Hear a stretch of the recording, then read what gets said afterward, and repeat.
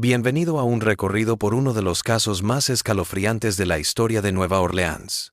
Todavía existen registros antiguos en los archivos del Louisiana State Museum, hojas amarillentas que nadie ha abierto desde su catalogación en 1963. Según los archivos del museum, surgieron de una colección de papeles descubiertos durante la renovación de una antigua rectoría en Burgundy Street, en el French Quarter. La remodelación nunca se terminó. El edificio permaneció abandonado durante casi 7 años tras el hallazgo. Lo que ocurrió en Nueva Orleans a principios de la década de 1840 fue borrado de la memoria colectiva. Los archivos, diarios y registros parroquiales narran una historia que muchos preferirían olvidar, la de un respetado pastor, un cargamento de plata y 23 personas desaparecidas.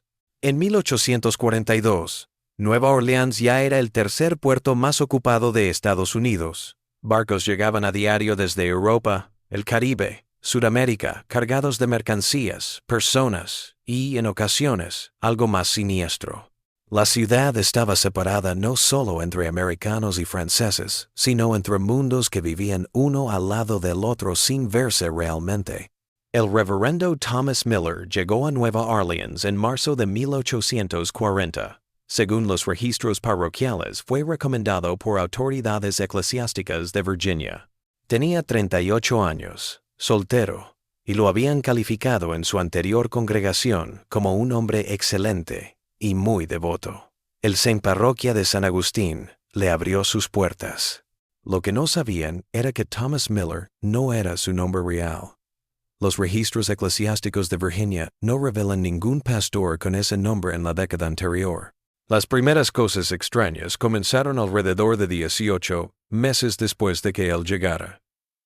Algunos feligreses comentaron en sus cartas que el reverendo había empezado a recibir visitas extrañas por la noche.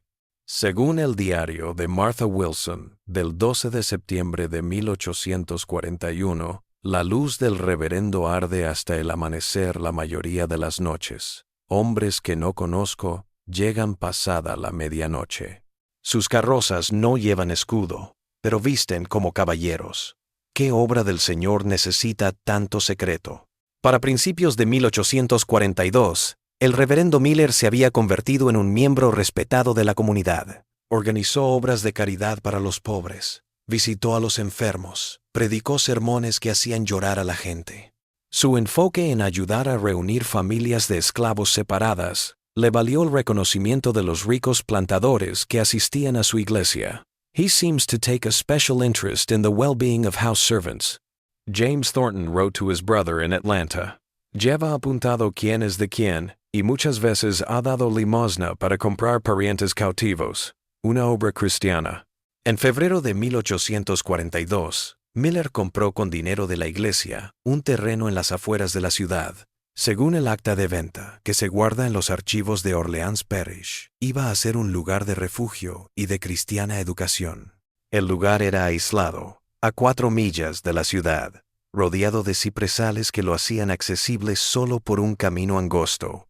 La primera desaparición se produjo en abril de 1842. Un esclavo doméstico de los Beaumont, llamado George, desapareció de la noche a la mañana. Los Beaumonts habían comprado a George Miller hacía poco para sustituir a una vieja cocinera que había fallecido el invierno anterior.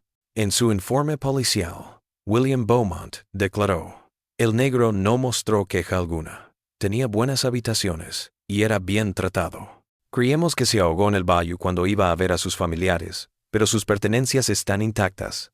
No se llevó a cabo una investigación." Las desapariciones de esclavos eran frecuentes, achacándose normalmente a fugas, pero esto era solo el principio. Entre abril y agosto de 1842 desaparecieron 22 personas más de hogares asociados con la congregación del reverendo Miller.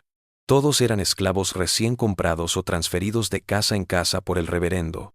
En ninguno de los casos hubo señales de fuga premeditada, ni falta de provisiones, ni notas de despedida a amigos o familiares. Simplemente desaparecieron. Lo escalofriante es lo poco que se notó cuando desaparecieron. En una ciudad donde se controlaba el desplazamiento de esclavos y se perseguía a los fugitivos con perros y hombres armados, ni siquiera se formó una partida de búsqueda. Ni siquiera se publicaron anuncios en los periódicos ofreciendo recompensas por su regreso.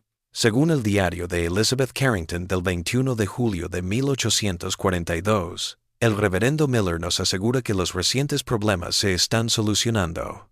Dice, no debemos hablar de ellos en voz alta porque asustaríamos a la gente. Cuando las Ra. 39 contra 59. Beaumont inquired about his missing cook.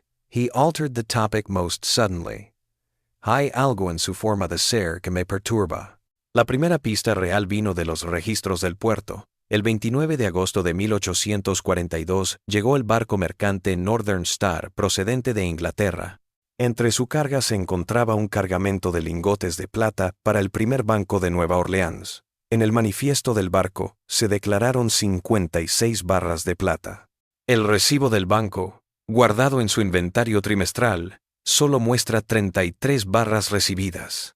Al ser interrogado sobre la diferencia, el capitán del barco dijo que toda la carga había sido entregada a los agentes del banco en el puerto. El banco afirmó haber recibido solo 33 barras. La investigación podría haber continuado, pero 3 días después, el fuego destruyó la oficina del puerto y todos los registros recientes. El caso nunca se resolvió. Lo que relaciona esta plata con los desaparecidos es una anotación en el diario privado del reverendo Miller, que se halló entre sus papeles en el rectorado de la iglesia. La entrada del 3 de septiembre de 1842 dice, transacción completada, 23 de 23. Dios perdone lo que la necesidad ordena. El documento que realmente muestra el horror de lo que ocurrió es una carta que se encontró cosida en el forro de una Biblia del Dr. A. James Merriweather, un médico y feligrés que parece haber ayudado al reverendo Miller. La carta está dirigida a su hermana en Boston, pero nunca se envió. Decía en parte, lo que vi en aquel lugar más allá de los pantanos, no puedo describirlo ni puedo olvidarlo. El reverendo dice que es la voluntad de Dios, un sacrificio por un bien mayor, pero yo vi la habitación donde los tienen antes del trueque. Les he oído hablar a través de las paredes. Les di la tintura como estaba mandado para mantenerlos sumisos, pero algunos todavía gritaban piedad. Perdóname el cielo, por esto. La plata compra algo que no entiendo, pero me temo que no es a Dios a quien se la paga.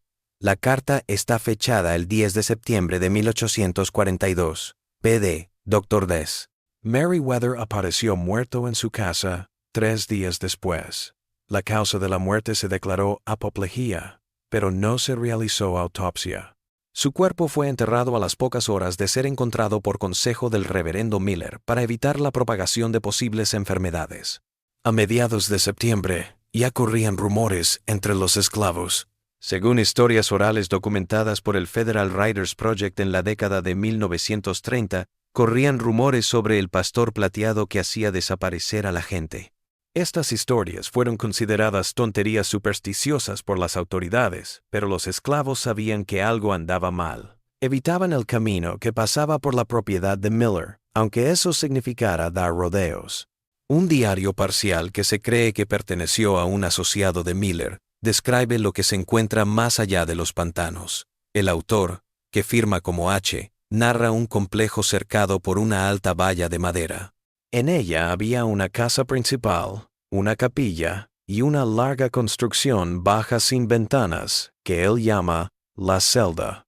Las campanas de la capilla tocan a medianoche, anotó. No para oración, sino para anunciar que los forasteros están llegando. Llegan en bote por el Back Bayou. No por la carretera. Sus rostros siempre están ocultos. El trueque se realiza en la capilla, pero no sé qué dan a cambio de la plata. El reverendo habla de vasos y sacrificios dignos. Tras cada trueque, la plata se guarda en un cofre bajo la capilla. Las vasijas vacías son arrojadas al fondo del pantano lastradas con piedras. El 15 de octubre de 1842, el reverendo Miller informó a su congregación que había sido llamado de regreso a Virginia por asuntos familiares urgentes. Prometió volver en un mes. Nunca lo hizo. Los registros de la iglesia muestran que tras 2 meses de ausencia se mandaron a Virginia a preguntar por él. No se encontraba rastro de Thomas Miller. Las autoridades eclesiásticas de allí volvieron a negarlo. Una partida de búsqueda finalmente se envió a la propiedad más allá de los pantanos en enero de 1843. Según el informe policial presentado por el capitán Robert Latroe, llegaron y encontraron los edificios vacíos y parcialmente incendiados. El suelo de la capilla había sido arrancado, dejando al descubierto un hueco donde algo había estado guardado. Detrás de la casa principal, encontraron un hoyo lleno de cenizas, trozos de huesos y botones de metal. La denuncia quedó archivada. No se hizo más investigación. El más inquietante de los documentos es un diario que se cree que perteneció al propio reverendo Miller. Fue descubierto en 1958 en unas excavaciones para un nuevo sistema de drenaje, cerca del lugar donde antiguamente se ubicaba la propiedad. El diario había sido enterrado en una caja de metal a unos 6 pies de profundidad. La mayoría de las hojas están estropeadas por el agua, pero algunas entradas aún son legibles.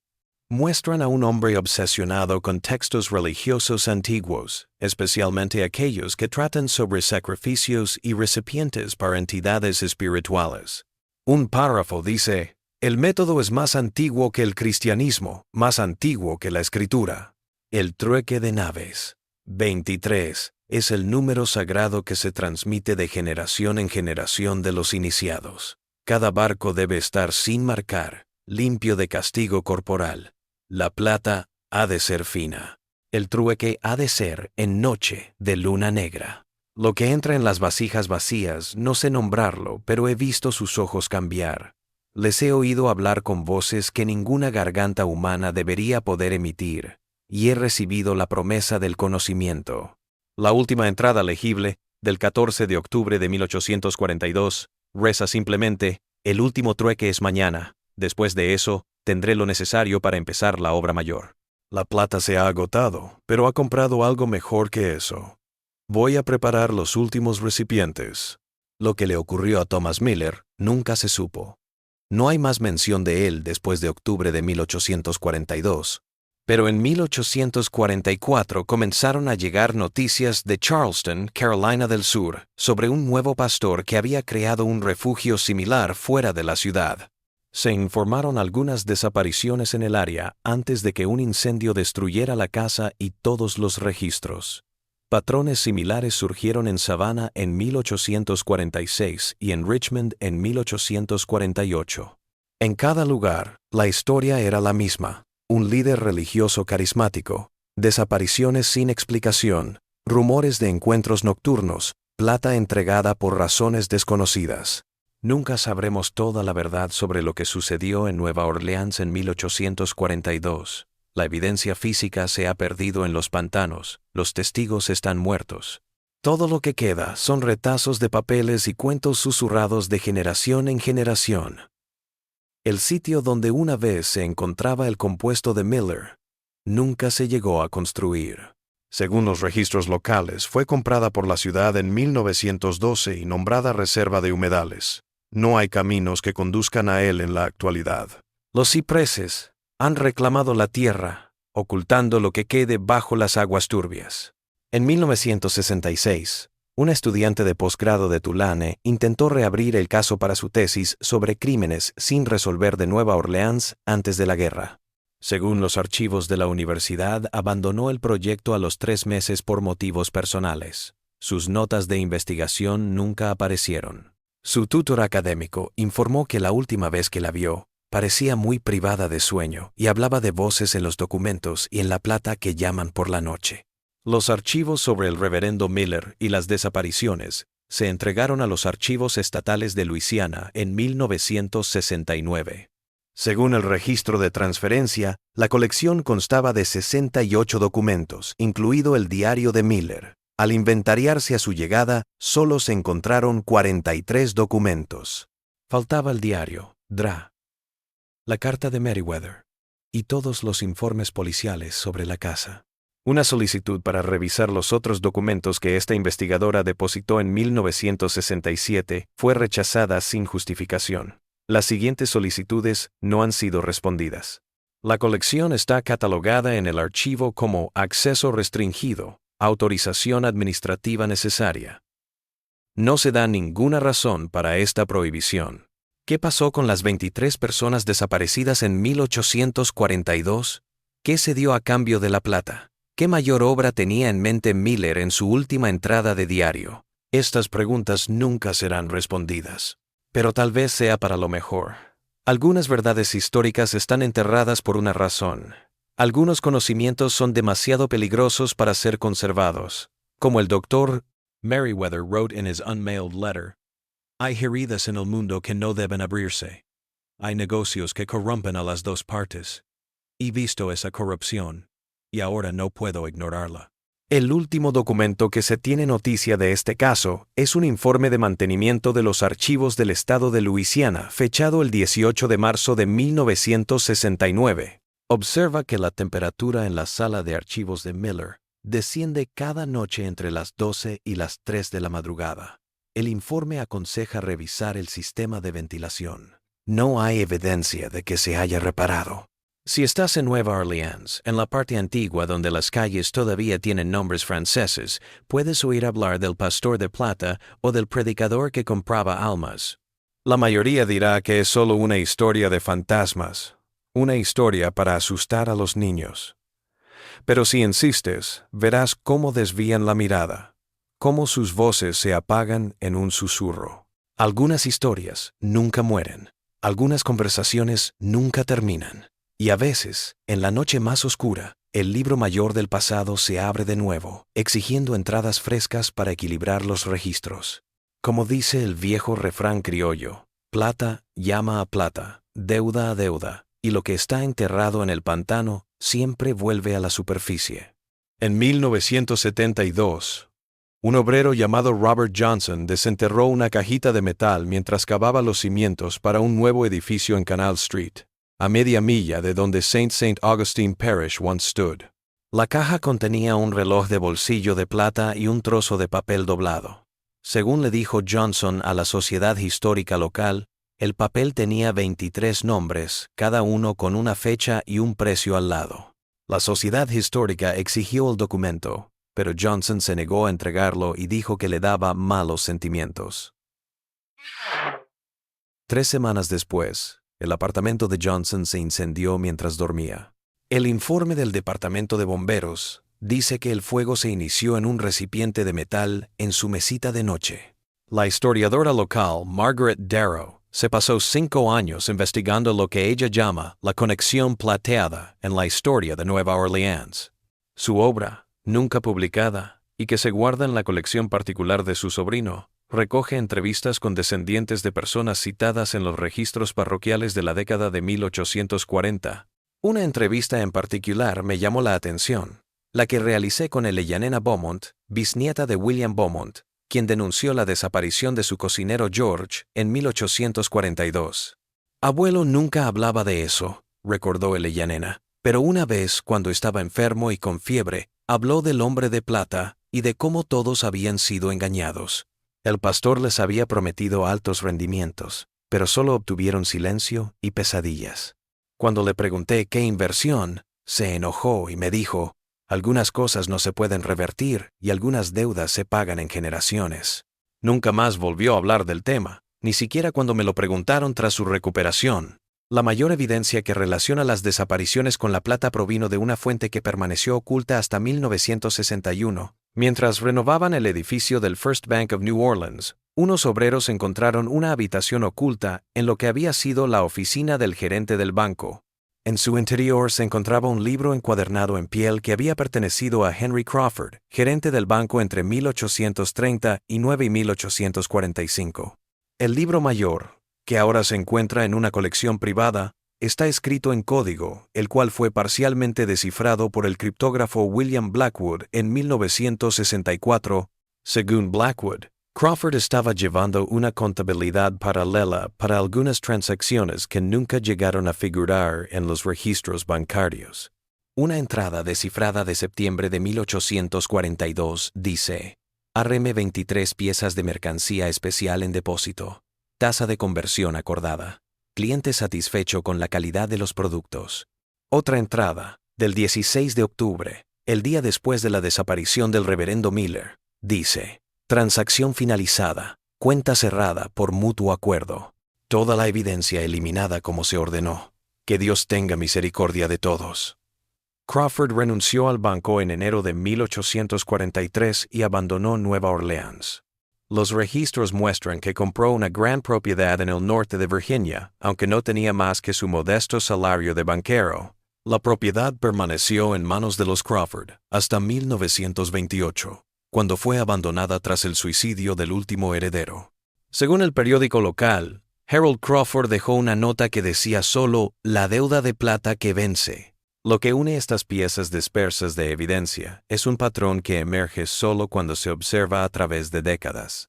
En 1861, al principio de la Guerra Civil, soldados de la Unión que ocupaban una plantación cerca de Baton Rouge encontraron una habitación oculta debajo de la casa principal. Según el informe del comandante, la sala tenía 23 pequeñas cunas dispuestas en círculo y monedas de plata en la cabecera de cada una. En el centro del círculo había un cuenco de plata grabado con símbolos que el oficial dijo que no eran cristianos ni paganos conocidos. El informe se archivó y se olvidó en medio de la mayor agitación de la guerra. En 1883, un médico de Nueva Orleans, llamado el Dr. Thomas Westfield, dejó registrado en su diario personal un caso peculiar. Le habían llamado por un hombre que vagaba en estado de shock por las calles. El hombre se hizo llamar Jacob Miller, hijo del reverendo Thomas Miller. Según las notas de Westfield, el hombre parecía tener unos 40 años, lo que coincidiría con su supuesta paternidad. El paciente muestra signos de grave alteración mental, escribió Westfield. Dice que su padre no murió como se cree, sino que se transformó en algo mediante un pacto profano de plata y carne humana. Habla de un ritual que otorga vida anormalmente larga, y dice que su padre aún vive y cambia de identidad cada pocas décadas, cuando la gente se pregunta por qué no envejece. Dr. P. Day. Westfield declared the man hereditarily insane and had him committed to the Louisiana State Asylum, where he died 3 months later. La autopsia describe una coloración plateada inusual de los órganos internos, lo que el médico forense atribuyó a una posible intoxicación por mercurio. La conexión más escalofriante la aportan informes policiales de 1916, 1942 y 1967, 75 años exactos de diferencia. En cada caso, las autoridades buscaron a 23 personas que habían desaparecido en Nueva Orleans en un lapso de 6 meses. En cada caso, las desapariciones cesaron repentinamente, en el mismo momento en que un líder religioso abandonaba la región. Y en cada caso, las investigaciones se detuvieron abruptamente. Los archivos se sellaron o se perdieron, y los casos se olvidaron con una velocidad asombrosa. El ciclo de 75 años pondría la siguiente serie de desapariciones en 2042, una idea inquietante, pero probablemente solo una coincidencia. Las anomalías estadísticas siempre están presentes en los registros históricos. Los patrones pueden ser forzados por aquellos que están decididos a encontrarlos. Pero hay un último documento que insinúa que la historia del pastor de plata puede ser más que una curiosidad histórica. En 1968, un conserje de la Universidad de Tulane encontró un sobre sellado con cinta adhesiva debajo de un escritorio en la biblioteca de investigación. En el sobre solo había una hoja arrancada del diario perdido del reverendo Miller. El texto, en una mano apretada, urgente, dice: «La plata es solo el medio, el catalizador del trueque. Lo que ocurre entre las naves y los forasteros no puede ser expresado en palabras humanas. He aprendido que el ciclo se debe repetir. 23 barcos, 75 años. El encuentro abre una puerta aunque sea por un instante, pero lo que entra por esa puerta permanece. Debe ser controlado. La plata lo ata a un propósito. Sin ese objetivo, devoraría todo a su paso. He dejado todo preparado para que el trabajo siga en mi ausencia. El conocimiento ha sido entregado a quienes sabrán apreciarlo. La plata está guardada para la próxima vez. El lugar cambiará, pero el número es el mismo. 23 barcos, 75 años. La puerta se abre. Algo entra. La página fue entregada a la Policía Estatal de Luisiana en 1968 por el profesor James Harrington, quien creía que podría estar relacionada con algunas desapariciones recientes. Según la policía, la denuncia fue registrada, pero nunca investigada. El profesor Harrington se ausentó de la universidad el semestre siguiente y nunca regresó a enseñar. Los archivos de la universidad muestran que aceptó un puesto de investigación en el extranjero, pero no se menciona la institución. La página original fue llevada a los archivos de evidencia de la Policía Estatal de Luisiana. Una solicitud de inspección en 1983 fue respondida diciendo que no tenían tal objeto en sus archivos. ¿Qué debemos pensar de esta evidencia dispersa, estos ecos susurrados a través de más de un siglo? Tal vez nada más que la humana necesidad de inventar historias a partir de coincidencias, de encontrarle sentido a las crueldades aleatorias de la historia. La desaparición de 23 esclavos en 1842 no era nada extraño en una sociedad esclavista. La participación de un religioso en la explotación no extrañaría a ningún estudiante de historia, pero algo en el caso del reverendo Miller sigue inquietando a quienes se topan con él. Los documentos desafían la interpretación. 75 años. El patrón 75 años siempre es inquietante. Y la plata. Siempre la plata. Siempre uniendo las piezas de una manera que no puedo explicar. En 1991, un equipo de la Louisiana Department of Environmental Protection realizó pruebas de suelo en el lugar que se cree que fue el emplazamiento del complejo de Miller. Estaban buscando una posible contaminación de prácticas industriales del siglo XIX. Lo que encontraron fueron restos de nitrato de plata en concentraciones muy superiores a las que se encuentran en la naturaleza. Su informe indica que las concentraciones más altas formaron un círculo perfecto de unos 60 pies de diámetro. En el centro del círculo, la tierra estaba alterada como si hubiera sido expuesta a calor extremo o hundimiento repentino. El equipo pidió permiso para hacer más pruebas. Su petición fue rechazada por el gobierno estatal. La científica principal, la Dra. Eleyanena Jenkins, presentó una queja formal y declaró su intención de publicar sus resultados de forma independiente. 2 días antes de su conferencia en una conferencia ambiental, se retiró del programa. Dio como razón motivos personales. Ella renunció a su trabajo poco después, y supuestamente abandonó el estado. Se intentó contactar para la presente investigación sin obtener respuesta. En 2003, el arqueólogo marino Michael Tibido estaba explorando el bayou cerca de la antigua propiedad de Miller cuando su equipo detectó algo metálico bajo el lodo. Las primeras lecturas del sonar revelaron un conjunto de objetos metálicos dispuestos en forma circular. Antes de poder excavar adecuadamente, Tibido se enteró de que el sitio había sido declarado histórico protegido y todos los permisos de excavación fueron revocados. Tibido más tarde escribió en un artículo inédito: "Lo que está enterrado en el fango de esa bahía está intacto no por causa de protecciones burocráticas, sino por algo más profundo. Cada vez que mi equipo se acercaba al lugar, los instrumentos fallaban, compases girando en vano. Los GPS marcaban coordenadas imposibles. Y cada noche en el campamento, los miembros del equipo soñaban lo mismo. Un círculo de plata, una voz desconocida, una sensación de vacío". El artículo fue rechazado por todas las revistas académicas a las que se envió. La reputación académica de Tibido se vio afectada por lo que otros académicos consideraban su creciente obsesión con explicaciones sobrenaturales. Abandonó la universidad en 2005 y fue visto por última vez en una zona aislada de Maine, rechazando el contacto con antiguos colegas.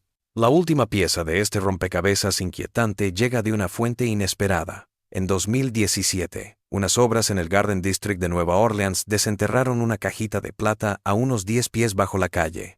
La caja contenía una sola hoja de papel y 23 monedas de plata españolas fechadas entre 1790 y 1810.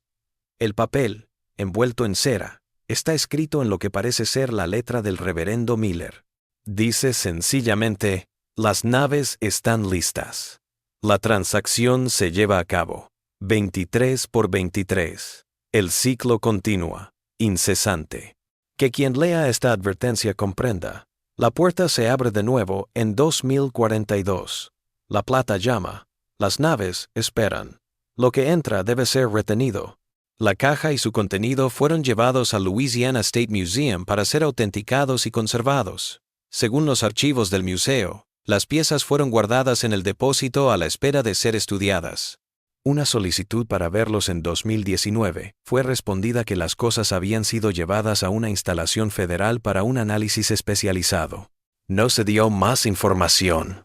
Hasta el momento de esta grabación, las búsquedas de más información sobre el reverendo Miller, los 23 desaparecidos, o la plata, han tropezado con trámites burocráticos, archivos perdidos, y en algunos casos, negativa. El patrón de resistencia institucionalizada, a través de múltiples agencias durante décadas, apunta a algo más que errores administrativos aislados. ¿Qué ocurrió en Nueva Orleans en 1842? ¿Qué tienen en común 23 personas desaparecidas, un cargamento de plata desaparecido de los registros oficiales y un grupo de hombres que regresaron de la nada? ¿Qué transacción hizo el reverendo Miller? ¿Y por qué se repite el patrón cada 75 años? Estas preguntas están sin respuesta. Tal vez sea mejor que sigan así, para aquellos que descartan este relato como historia curiosa o folclore inventado. Y este último punto. Desde que empecé esta investigación, me han llamado 3 personas que dicen ser de sociedades históricas y que me quieren comprar mi investigación por mucho dinero. Cada propuesta ha llegado exactamente a las 3 a.m. Todos los llamantes se han negado a dar credenciales organizativas y todos han terminado con la misma frase: la plata mantiene el equilibrio. Algunas puertas deberían permanecer cerradas. He rechazado Taylor's offers, but I am growing worried about shadows seen out of the corner of my eye, about footsteps on the stairs when I am alone in the building, about dreams of silver coins arranged in a circle, and voices speaking in a language I don't understand, yet understand. El próximo ciclo de 75 años se completa en 2042, año que muchos de los que están vivos verán. Tal vez entonces la verdad sobre lo que sucedió en Nueva Orleans finalmente salga a la luz. O tal vez el ciclo continúe, intacto y desconocido para todos, excepto para quienes están en medio de él. Como advertía la vieja página del diario, la plata llama, las naves esperan, lo que entra debe ser retenido. Escucha en la noche. ¿Lo oyes? ¿El tintineo de la plata contra la plata? ¿El eco de un ajuste pendiente después de todos estos años? Y si estás en Nueva Orleans, camina por esas calles antiguas donde la historia está enterrada bajo siglos de pisadas. Observa las iglesias con sus agujas apuntando al cielo. Observad las caras de los sacerdotes que han estado allí más tiempo de lo que parece posible. Observa cómo la luz se refleja en sus ojos. Algunas transacciones resuenan a través del tiempo. Algunas deudas nunca se saldan. Y algunas puertas, una vez abiertas, jamás podrán cerrarse.